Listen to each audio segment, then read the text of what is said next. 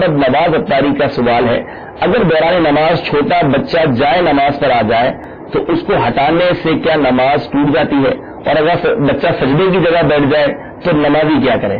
جی نواز بھائی، واقعی کئی گھروں کی یہ پرابلم ہوگی، چھوٹا بچہ آ کے بیٹھ گیا سامنے، اب کیا کریں؟ اسلامی بہنوں کو زیادہ پرابلم ہوتی ہوگی، بچے ان سے زیادہ نہیں اٹیچ ہوتے ہیں. تو اب اس کے اندر یہ ہے کہ عمل قلیل اور کثیر کا ہی فرق ہے. ٹھیک ہے. اگر سجدے جیسے آپ کو سجدے میں جانا ہے اور بچہ سامنے، تو سجدے میں جاتے ہلکا سا ہاتھ کا اشارہ اس کو کر دیا جائے تو بچہ ہاتھ لگتے ہی تھوڑا اس طرف ہو جائے گا، پھر آپ سجدے میں چلے جائیں. اور اگر بچہ سجدے کے مقام پہ بیٹھا ہوا ہے، ہلتا ہی نہیں ہے، اس سے ہلتا نہیں ہوگی، بہت کچھ بول بھی رہا ہوتا ہے. اب اس کا مطلب اب اس میں یہ نہیں ہوگا کہ یہ ان کی والدہ یا جو بھی والد ہے کوئی بھی شخص اگر انتظار کرتا رہے گا یا ہٹے تو میں کچھ کروں، ایسے میں تھوڑا سا پیچھے کی سائڈ ہوگا. ٹھیک ہے ٹھیک ہے، اور سجدہ کرنا. ٹھیک ہے. اگر بچہ نہیں ہٹتا تو یہی کرنا پڑے گا. اچھا، اب اس میں حرمین طیبہ میں بھی بعض اوقات ایسا ہو جاتا ہے کہ بعض اوقات بندہ نماز پڑھنے آیا اور آگے رش ہو گیا نا، اچانک کوئی ریلا گزرا یا آ کر کوئی کھڑے ہو گیا آگے، اب اس کو کیسے ہٹائے؟ اب وہ آ کے کھڑا ہو گیا، اچھا اس کو بھی نہیں پتا آگے جگہ نہیں مل گئی نا، اس کو بھی بیچارہ پھنس گیا ہے.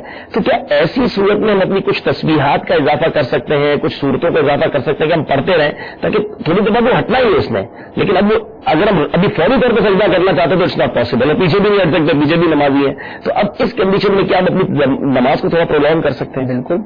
ہم اپنی نماز کی ہم تسبیحات جو رکوع میں 3 مرتبہ پڑھنے کا معمول کرتا تھا، آگے سجدہ نہیں کرنے دیں گے. تو ایسی صورت میں آپ تسبیحات پڑھتے رہیں. اسی طرح قوما کر لیا، ٹھیک ہے، یعنی رکوع سے اٹھ گئے، اب ربنا لک الحمد کہہ دیا، اب کیا کریں؟ اب اس کے بعد اس میں مزید دعائیں ہیں. اچھا، قومے میں بھی دعائیں وارد ہوئی ہیں تو وہ دعا پڑھیں. اب دعائیں یاد نہیں ہیں. سمیع اللہ لمن حمیدہ، ربنا لک الحمد حمدا کثیرا طیبا مبارکا فیہ، کچھ ٹائم لگ جائے گا. ٹھیک ہے.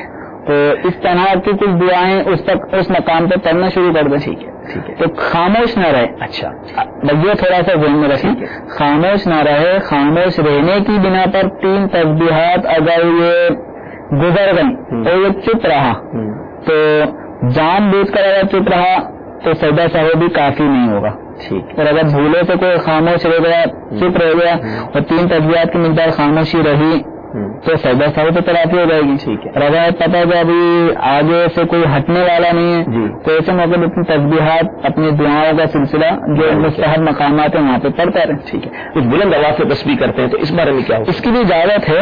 جیسے کوئی شخص گزر رہا ہے نمازی کے سامنے سے تو نماز پڑھنے والے کو یہ اجازت ہے کہ گزرنے والے کو متنبہ کرنے کے لیے کہ میں نماز پڑھ رہا ہوں، میرے سامنے سے نہ گزرے. ٹھیک ہے. تو یہ اپنی تلاوت قدر بلند کر دے. صحیح صحیح. یا اس طرح بھی جزیات ہماری کتابوں میں لکھے ہیں کہ کوئی دروازہ بجا رہا ہے اور یہ نماز پڑھ رہا ہے. ٹھک ہے. اب بعضوں کا ایسا ہوتا ہے باہر والوں کو نہیں پتا وہ اندر کیا کر رہا ہے. تو یہ نماز پڑھنے والا کی تلاوت بلند کر لے. صحیح. تاکہ اس کو پتا چل جائے کہ میں نماز میں ہوں. ماشاءاللہ. تو یوں اجازت ہے کہ یہ کچھ آواز بلند کر لے اور سامنے سے گزر رہا ہے یا جو کھڑا ہے اس کی توجہ نہیں ہے، آپ کو سجدہ کرنے نہیں دے رہا وہ، تو آپ تھوڑی تسبیحات بلند آواز سے کر لیں یا قرات بلند آواز سے کر لیں، جو ہٹ جائے گا. ماشاءاللہ. There is a solution of every problem. ہر پرابلم کا حل موجود ہے، بندہ علم حاصل کرے.